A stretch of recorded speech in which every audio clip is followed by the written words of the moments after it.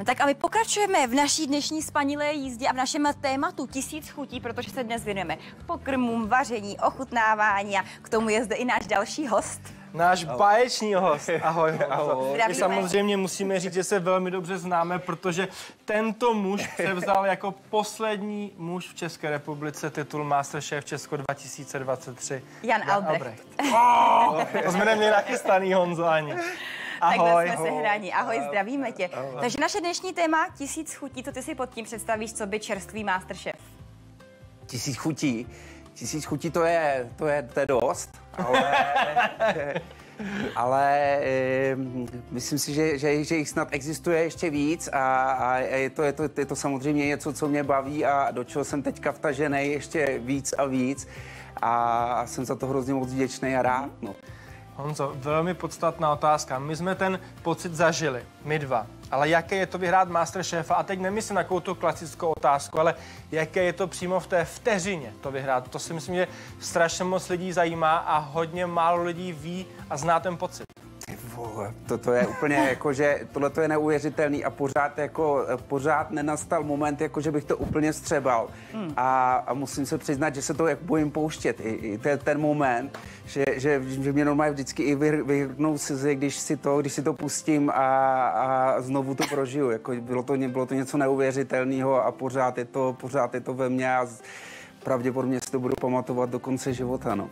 To bylo moc silný a bylo to takový velikánský životní vítězství. No. Takže, že člověk má za sebou, nebo já za sebou mám nějakou velikánskou cestu a v ten moment jako prostě najednou v jeden moment, jak kdyby se všechno nějak zlomilo. Ale klidně nám o té cestě můžeš vyprávět, protože ta je velmi zajímavá a možná končí, nebo možná začíná právě tím vítězstvím v Masterchefu. Takže co tě vlastně přinutilo do toho Mastera jít, jak jsi to tam všechno prožíval? Klidně nám o tom můžeš povídat, to je pro mě v pořádku. Jakože já si myslím, že možná když jsem úplně poprvé tu soutěž nějak zaregistroval, že existuje, tak jsem sám v sobě nějak vnitřně vycítil, sem jednou půjdu a bude to super a musí se to stát. A nějak jsem tomu jenom nechával čas a váhal jsem nad tím. A pak s přispěním mojí dcery, která mě k tomu dokopala, jsem do toho šel a dopadlo to takhle prostě báječně fantasticky. No.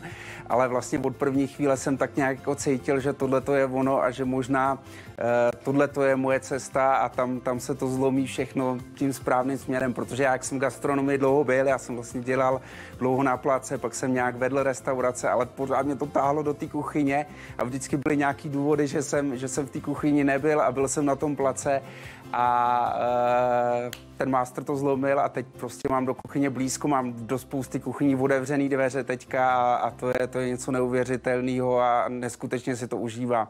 Asi ty to znáš, jako prostě teďka, jak kdybych si plnil svůj sen a fakt se to děje, no.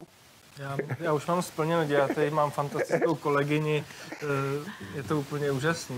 Ale rozhodně máš pravdu, Masterchef velmi otvírá dveře kamkoliv chceš. No právě, to je ta platforma, kterou člověk, ať už třeba Roman nebo Besky a tak dále, a ty můžou využít. Ty teda samozřejmě v tom ještě poměrně krátkou dobu. Máš ale nějaké sny, nebo si třeba už začal plnit nějaké sny, které bys právě mohl díky tomu vítězství si splnit?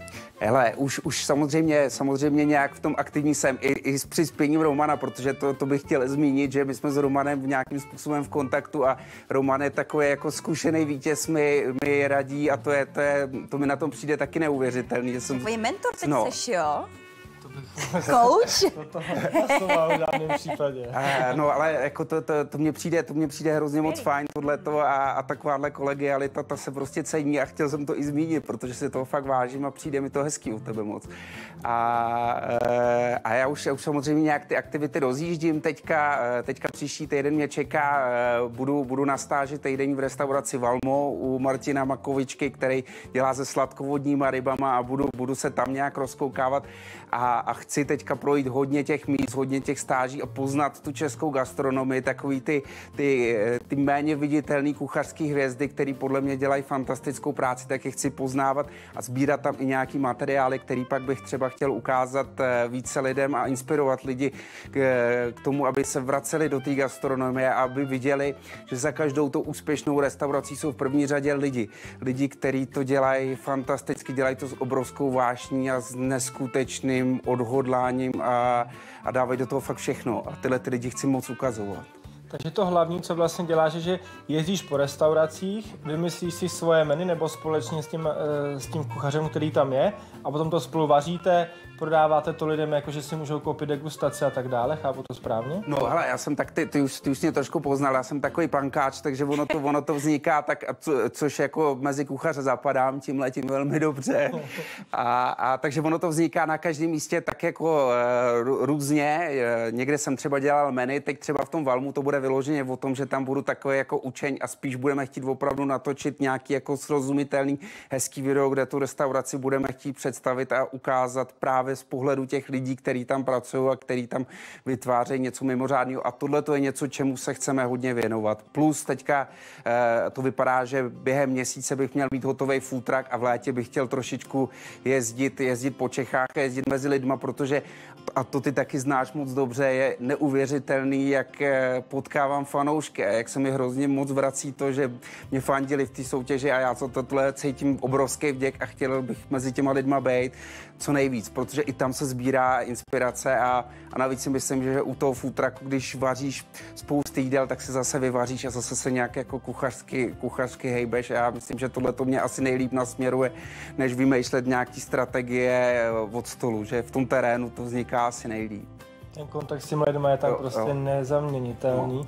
Já teda nevím, jak ty, já ti potom zavolám, abych ti předal informace, jaké je to třeba vařit na konceptu Marka Ztraceného, kdy potřebuješ nakrmit třeba 4 000 lidí. Velmi výrazně a rychle tě to ale přejde. měl jsi to výborný, to můžu říct. Ale tak pak se samozřejmě liší, když třeba jezdíš k lidem, vyjď do domácností vařit, tak tam je to pak samozřejmě o tom, že si s tím třeba víc vyhraješ, určitě. Že i zapojuješ ty svoje fanoušky do toho vaření s tebou. Určitě, já jsem měl chvíli pocit, že bych měl ty hranolky vzít vidlem a házet to po lidech, protože byl takhle blízko. Protože 4 000 lidí nakrmit není vůbec žádná legrace. Takže Honzo, tohle je nějaký tvůj plán, jako že by si chtěl food truck, mimochodem máme to tady, můžeš jít potom s námi samozřejmě ochutnat. Super. Kluci nám tam připravují nějaký fantastický jídlo společně s Pavlínkou, která taky zažila vlastně v finále Masterchefa. Takže ti to otvírá tyhle ty dveře mezi ty lidi. A máš nějaký vyloženě sen, jak už se ptala Rebeka, a kde by měl být, já to chápu, že nemáš cíl, protože já ho taky nemám a uvidíme, co se všechno stane. Ale něco, co bys opravdu chtěl, že by to mohlo být třeba v tom food trucku, že opravdu budeš objíždět, nebo v těch domácnostech, nebo co to vlastně může být? Já mám jeden takový sen, který bych chtěl, aby se splnil a vlastně bych chtěl i ty, abys byl jeho součástí.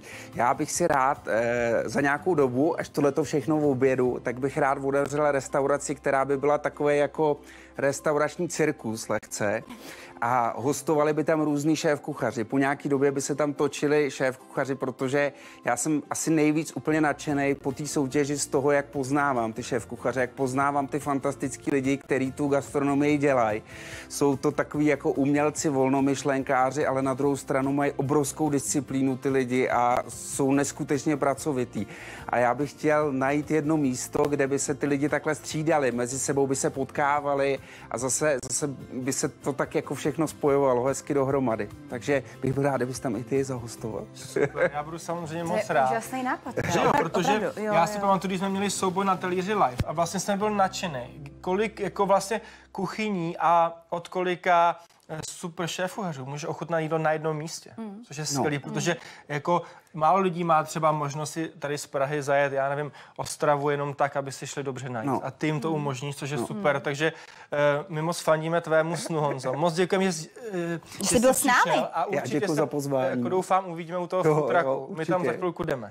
Za chvilku poobědváme. Doufejme, že tady společně my se na to s Romčou těšíme od začátku. Honza Albrecht, vítěz soutěže Masterchef Česko za rok 2023, byl hostem ve víkendové snídani. Děkujeme. Moc děkuji za pozvání, mějte se krásně. Díky. No a také Ivetka je s námi ve víkendové snídani u svého